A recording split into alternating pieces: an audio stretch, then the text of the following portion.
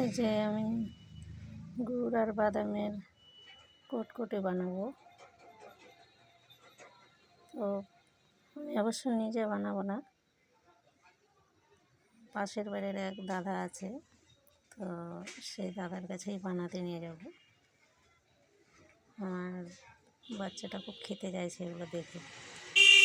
আসলে কদিন আগে আমার একটা এখানে দিদি বানিয়েছিল, তো দেখেছে, ও একটু খেয়েছে, তো খুব ভালো লেগেছে, ওকে বারবার খেতে গেছে। তাই আমিও বানিয়ে নেব এই মনে করেই আনতে বলেছি। গুড় আর বাদাম, যেগুলো চীনা বাদাম আর কি, তো আনা হয়েছে। আনার পরে আজকে সকালবেলায় গেছি, সকাল বলতে খুব সকালেই গেছি, 7:30 পৌনে 8টার দিকে। এদিকে গিয়ে বললাম, তো করে দিল। তো এইভাবে নাড়াচাড়া করছে, ওদের উনুন, ওদের খড়ি, সবই কিছু ওদের। তো এবার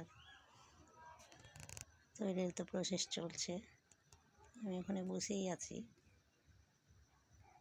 তো যেহেতু আমি রান্নার ভিডিও দিই, তো আজকে এটাও দিব, এই মনে করি ভিডিওটা বানানো আর কি। তো এই তো চলছে এখন, অনেকক্ষণ থেকে টাইম লাগছে। আসলে গুড় পাক হতে, এদিকে বাদামগুলো ভাজতে একসঙ্গেই হচ্ছে, আর খেতেও খুব ভালো লাগছিল।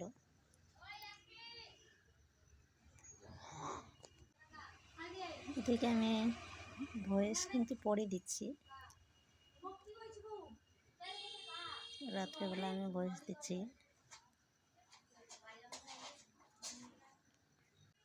বানানোর সময় তো ওই দাদাই আবার একটা ছোট্ট গল্প শোনালো, যে সবাই তো এসব এভাবে বানাতে আসে না, যারা আর কি সেই রকম শৌখিন, বানাতে ভালোবাসে, খেতেও ভালোবাসে, তারা এগুলো জিনিস বানাতে আসে। তো দাদা সবাইকেই বানিয়ে দেয়, যদি কেউ বলি, আমার কাছে কোনো আপত্তি নেই, বানিয়ে দেবো, এভাবেই বলে। ওই দাদা কিন্তু বিক্রি করে, তো প্রতিদিনই বানায় আর কি, প্রতিদিন বানিয়ে প্রতিদিনই বিক্রি করতে নিয়ে যায়। তাই বানানোর একটা অভ্যস্ত আলাদাই। যেভাবে মেয়েদের রান্না করতে, প্রতিদিন রান্না করতে হয়, তো ওদের অসুবিধা লাগে না। তো এইসব জিনিসও হঠাৎ করে বানালে পরে তো বিরক্ত বোধ মনে হয়, আর যাদের অভ্যস্ত তারা তো কোনো ব্যাপার না।